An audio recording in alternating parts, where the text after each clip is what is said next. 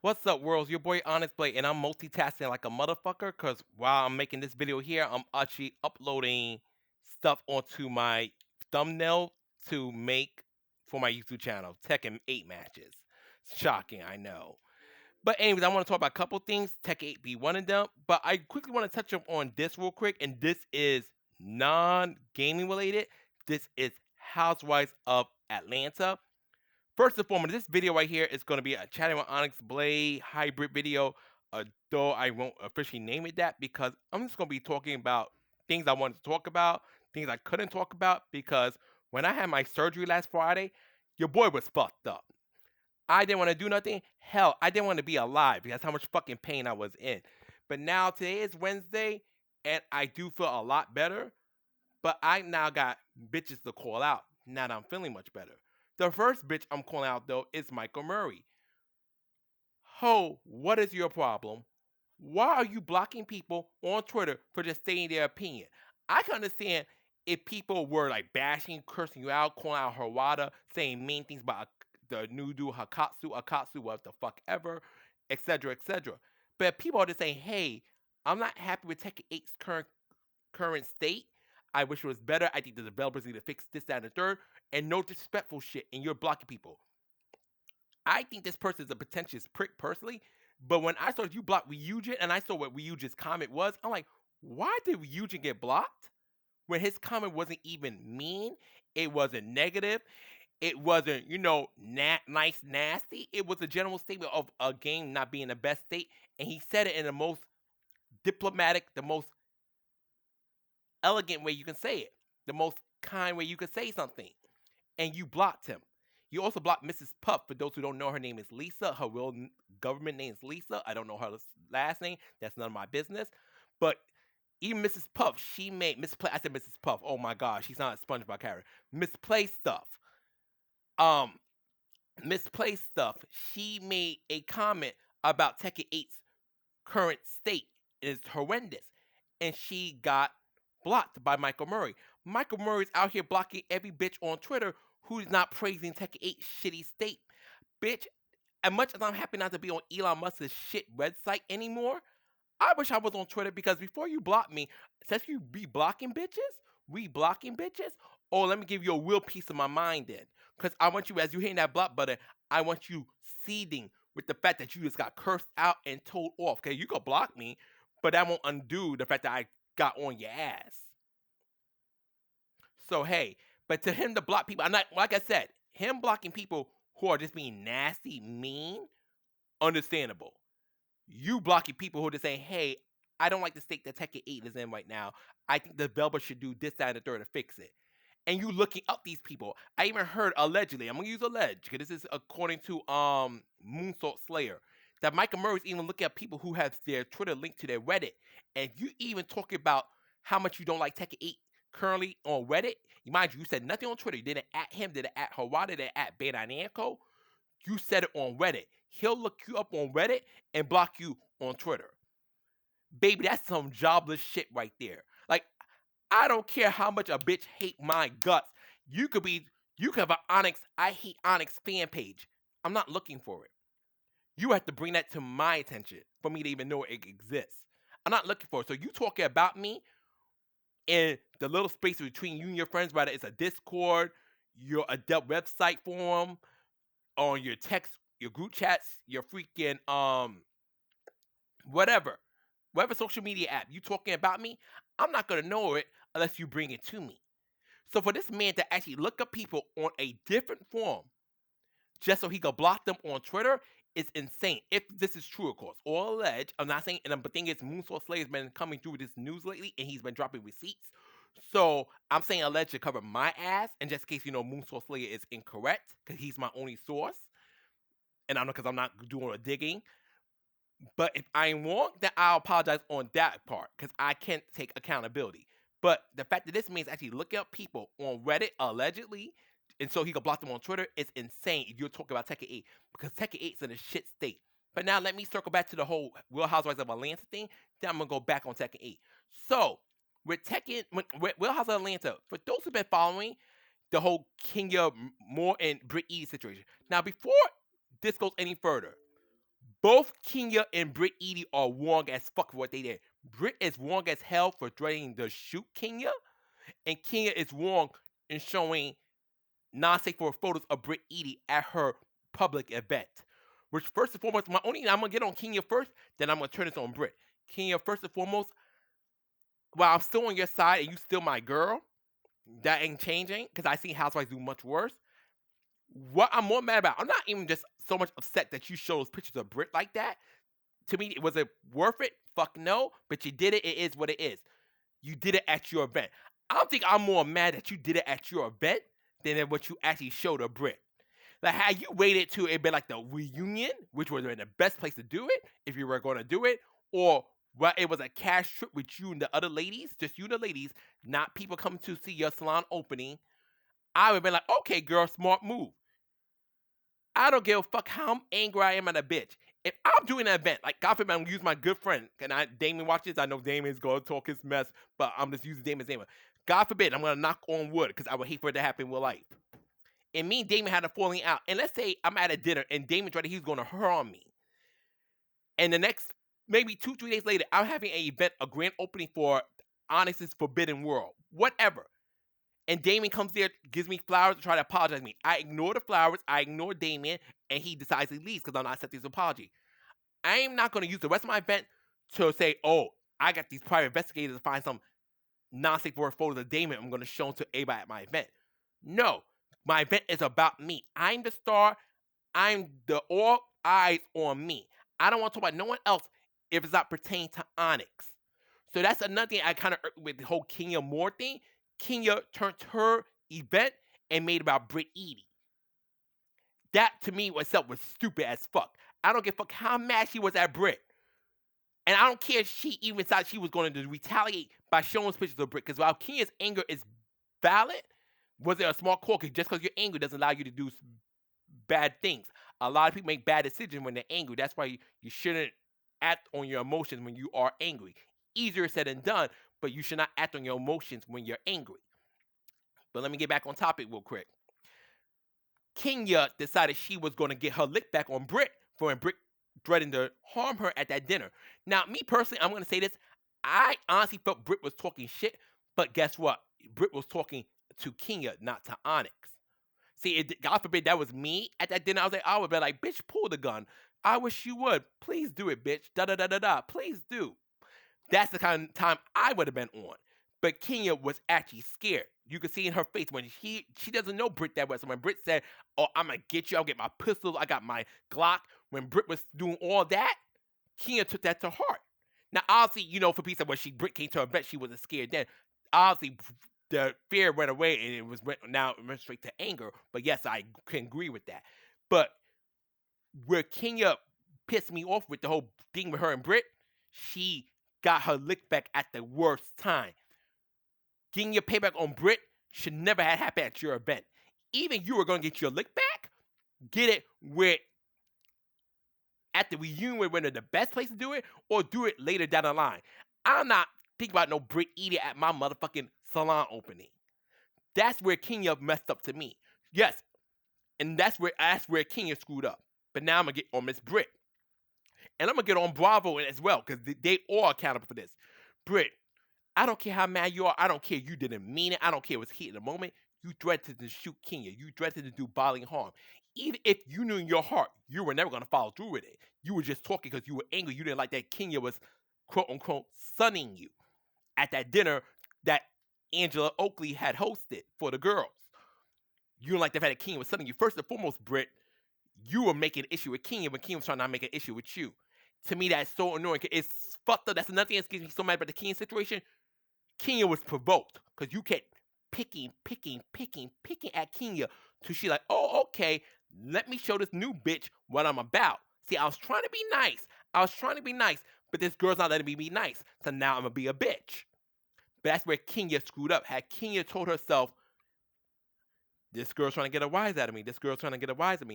I'm not going to give this little cunt the satisfaction. I'm a veteran. This girl's a newbie. I'm not going to give her the satisfaction. So I'm going to let her walk thinking she's skating. And when she least expect it, I'm a bomb on that behind. But which understandable. I'm not mad at you in this regard because you're a human being too. I don't care how long you've been on the show. You're a human too. Brit did start with you. That is 100%. Anyone with eyes and ears can see and hear that. But Kenya, you handled it incorrectly, and because you handled it incorrectly, it gave Brit that in.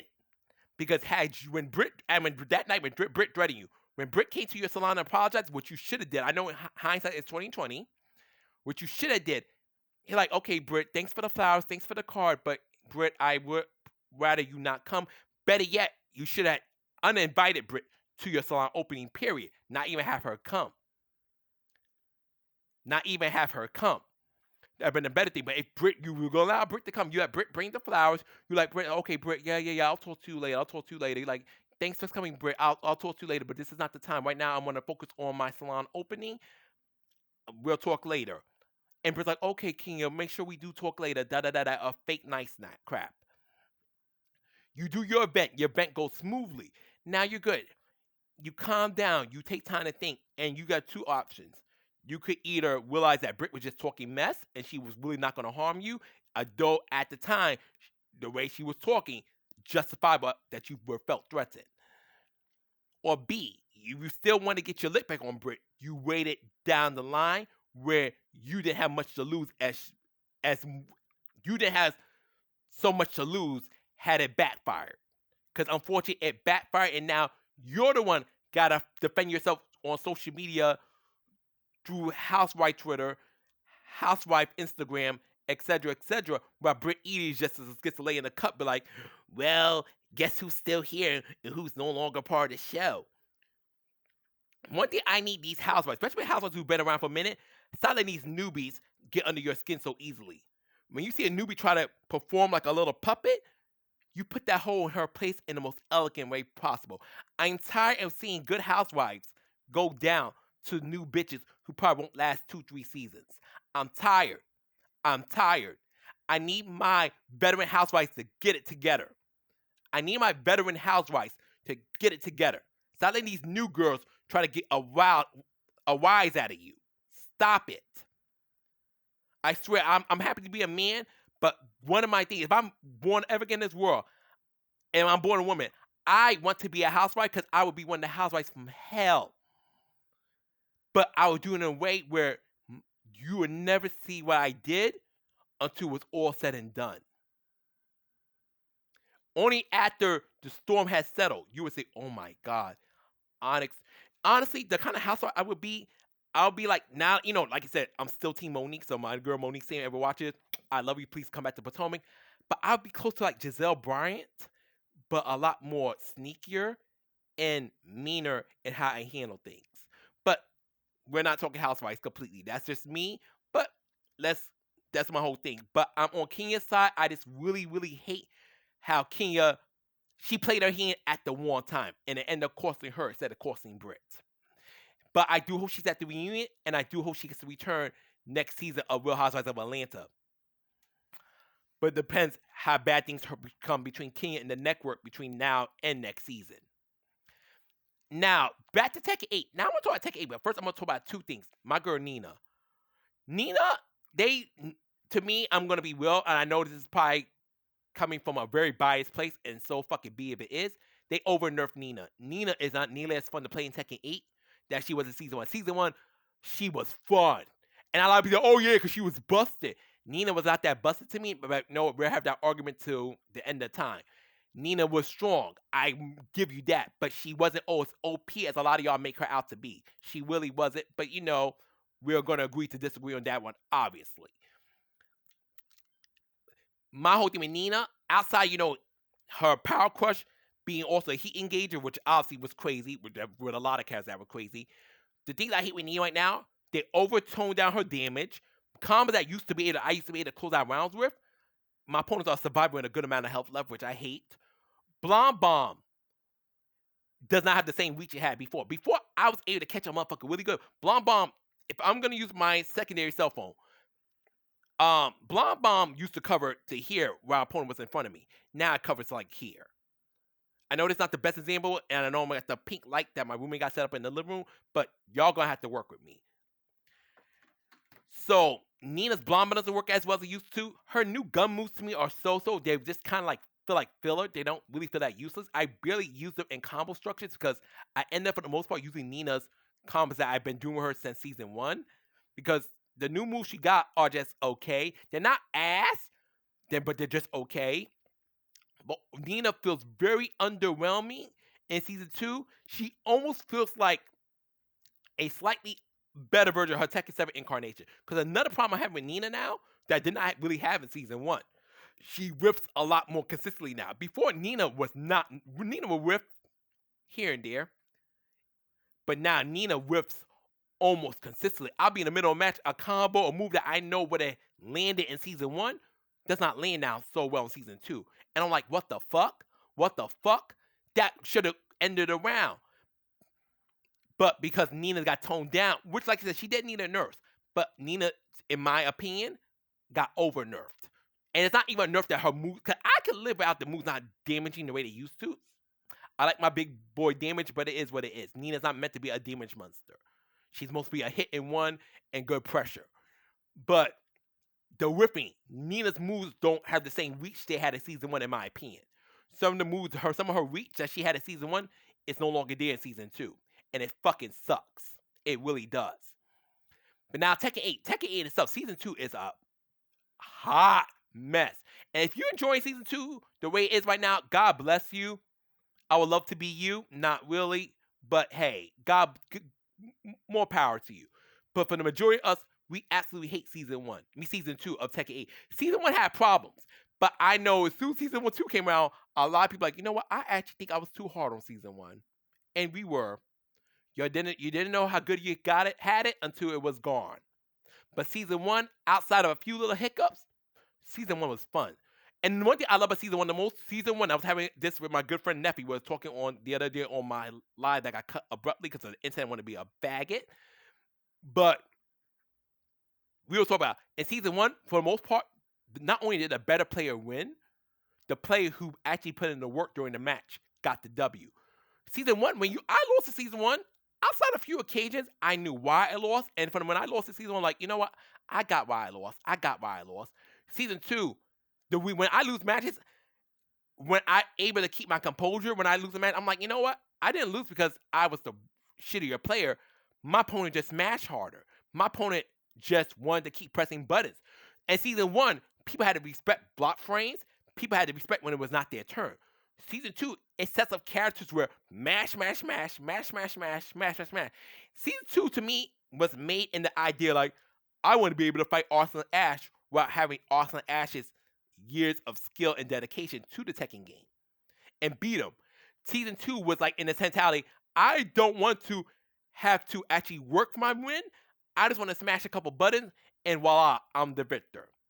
I don't want to have to wait till it's my turn to attack. I don't want to have to worry about sidestepping. I don't want to have to worry about my opponent's sidesteps. I don't want to have to worry about the throw game. I don't want to worry about plus frames. No, I just want to smash.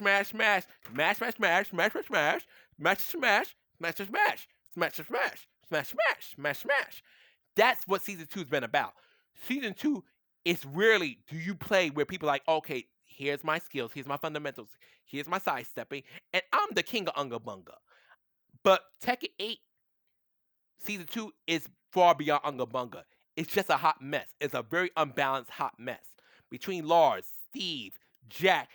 And that's another thing that this part of me. Jack's situation is something I'm just baffled by. How did that escape testing? That move makes some noise? How did that escape testing? As soon as someone should have saw how that move was working, like, that move we cannot proceed with that move working the way it's working. No ma'am. It's just ridiculous. Brian's even more chaotic. And that's another thing. Tekken 8 Season 2 did that was so stupid to me. It buffed characters that didn't need buffs. Honestly, what I expected for Season 2, I expected Raven to get buffed, Panda, Safina, and calm down the heat system. That's what I was expecting coming into Season 2. I was expecting characters who were already fucking good to get even more fucking good. That is ridiculous. That was stupid. That was absolutely dumb. And for the people behind the Tekken team, because at this point, some people say you could blame Hawada and Michael Murray. Some people saying blame the new guy. Whatever. I'm putting all you bitches on blast. Whoever decided this was okay, I need you to get on the medication that I'm on. Maybe even something stronger. Because you're bugging, my nigga. You're bugging. That's not how you make a fighting game. At the end of the day, a fighting game, yes, no one likes to lose. Hello. Hello. I hate losing. Fuck you, bitches, and you beat me. Fuck you. But that is part of the game. No one's gonna win all the time. But Tekken 8 felt like it was main the idea is I paid $60. I better not lose ever. Ah! Smash, smash, smash, smash, smash, smash. It's like no one respects frames. No one respects when it's their turn. No one wants to like. I'll see a person who is a middle blocking, and you can literally just see them smash out a move. And the thing is, the way the moves are occurring in Tekken 8 for a lot of characters, you can smash and you'll be smashing. You'll be negative, and you'll just break out your opponent's block streak. House Ray. Another example, in Tekken 8 Season 1, when you were winning, yes, comebacks were possible. Every fighting game has that, except for Blazing Strike.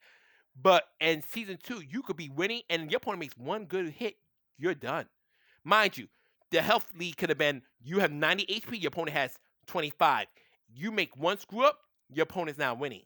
And that should never be the case. How, when you were playing correctly, you make one screw up. I understand, you don't get a perfect no more, obviously. But you make one screw up and now you're dead from one mistake? Girl, fuck you. It's just, that's ridiculous to me. That is poor game design. It's really, really, really, really, really, really, really, really, really, really, really, really, really poor game design. It truly is. Tekken 8 is literally at its worst state right now. It's not fun to play. I play because it's still a new game. I don't want to get overly rusty because I don't want to. I'm scared that I leave Tekken 8 alone for too long. I jump back into it maybe like a month later, and I'm now like, oh, okay, let me get used to this game again. Whereas if I at least play it every other day or every 2-3 days, because I playing it every day is a no ma'am. I will not be rusty at it when it does finally get fixed. But that's that really, and that's all I want to ramble on about because I ain't done one of these in a minute because I've been in pain. I've been wearing my waistband, and the reason I don't show a lot because obviously you still can't see a lot. I like to be in commando. I don't like underwear. I despise underwear. I like wearing little clothes as possible. That's just a me thing. So I don't show off too much. But yeah, I wear my band to keep to keep my post hernia in check. But that's that. Anyways, that's it for now. I'm done talking for now. I will invade your lives again when I'm good and ready to do so. And that's the video. Peace and take care. Love you guys forever. For those who support me, Honest Play out. Ciao. Bye.